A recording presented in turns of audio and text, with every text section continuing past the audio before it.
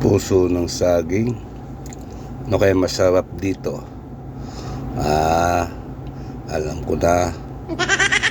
Ano pa lang masarap dyan? Waay-waay natin ng manipis. Ayan, gataan natin to. Lagang gata. Ayan.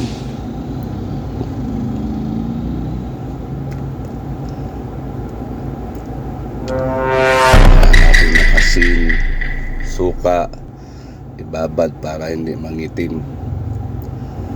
Lagyan ng tubig, ibabad muna sa tubig. Yan, para hindi siya mangitim.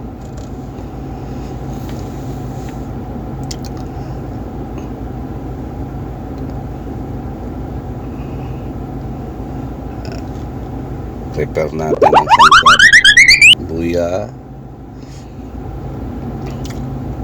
Lagyan natin ng luya para mabango.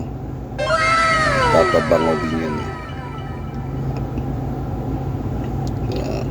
bell pepper, sili, bawang, sibuyas.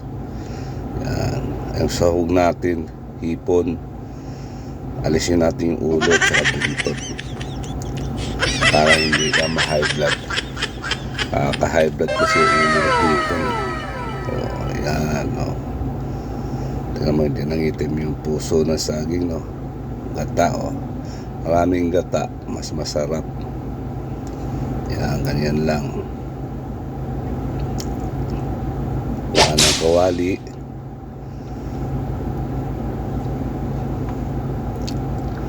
Ilagay ang luya, bawang sa ilalim.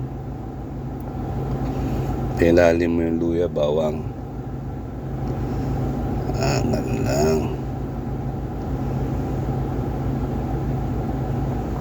Tapos yung puso ng saging, yan, kalat mo. Kasi pagluto na doon palang halo-haloin yan. Tapos yung mga kolorete, sili, bell pepper, sibuyas, siling berde, siling labuyo. Yan, tapos ibuhos yung sangkatutak na gata. Yan,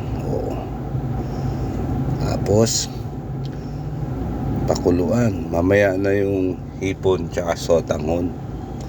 Pagka alam mong paluto na yung puso ng saging, konting asin lang, paminta, konting betchin lang din yan. Yan lang ang sangkap, wala nang iba.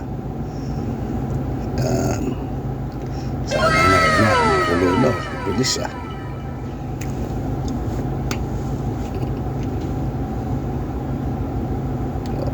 lagay na natin yung hipon dyan.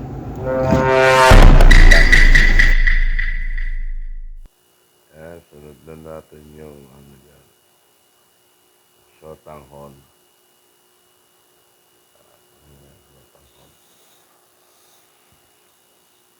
Tapos isang kulo ulit.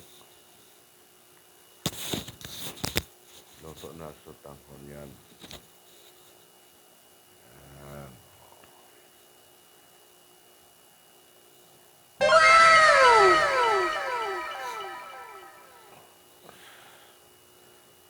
Okay na yan. Halo-haloin na lang yan ng konti. Konti halo-halo lang.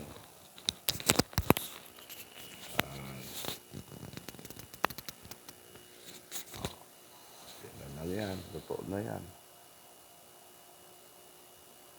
Titikman na lang natin yan.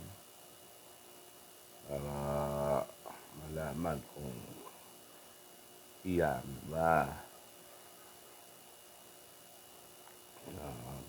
Sarap. Tsura pa lang. Kapaparami na ang rice mo. Ayan sarap talaga yan.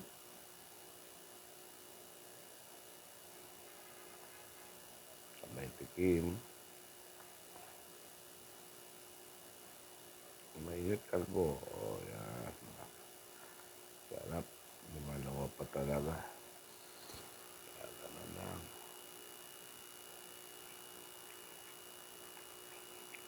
Ito na agad yan. Kakain na tayo dyan. Para mabusog.